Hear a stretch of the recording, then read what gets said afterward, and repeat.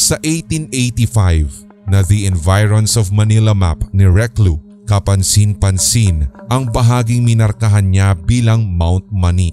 Sa kasalukuyang mga imaging ng Google Maps, sa bahaging ito na matatagpuan ang intersection o ang Sukat Road. Sa isang online article, nabanggit pa umano na bagamat nakapag-produce ng 19 volumes ang Universal Geography, wala na umanong iba pang detalye ang tumukoy sa ikangay Forgotten or Lost Mountain of Manila, bukod sa paglitaw nito sa mapang likha ni Reclu.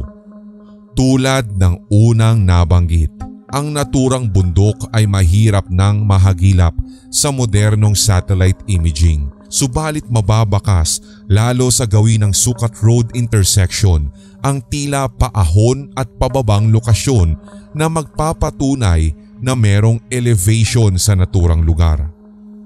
Sa puntong ginagawa namin ang episode na ito, walang mahagilap ang Team Haunted History maski isang kuhang larawan mula sa mga old photo archives na magpapatotoo sa dating itsura ng skyway ramp sa Sukat Road at sa kung gaano kataas ang Mount Mani.